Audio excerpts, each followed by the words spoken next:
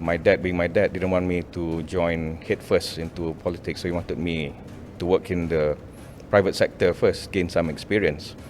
Yeah, so my dad's philosophy is that whilst he's still in charge of the party or holding a senior post in government, I shouldn't take advantage of that. Okay. Right, so I was not allowed to contest in any UMNO post until we've lost in 2018. Okay.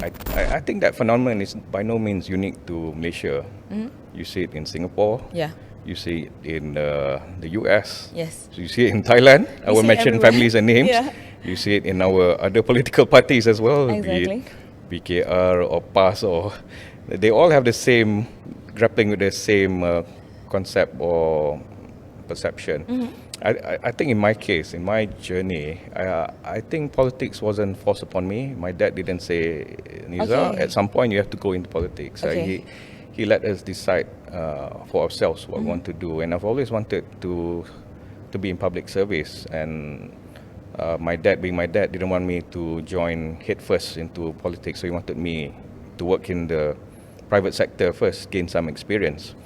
Yeah, so my dad's philosophy is that whilst he's still in charge of the party or holding a senior post in government, I shouldn't take advantage of that. Okay. Right, so I was not allowed to contest in any UMNO post until we've lost in 2018. Okay.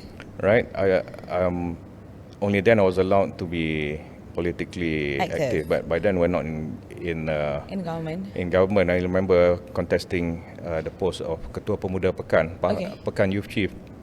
We're already in opposition mood. Yeah. Right, there's no position. There's to no extra to fight for. So it's really trying to get the party back on its feet. On its feet, yeah. So in my plan to join public service, I didn't factor in many things. Like I didn't factor in the fact that Barisan Nasional would lose in 2018. That was a real shock for us. I didn't factor in the fact that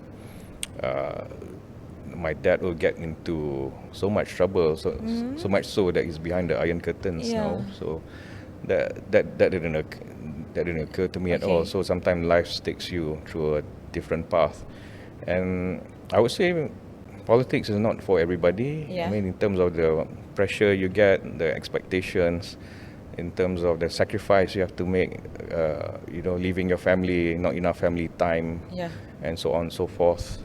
In terms of the slander and backbiting that you have to face, that's part of the course. So occupational hazard.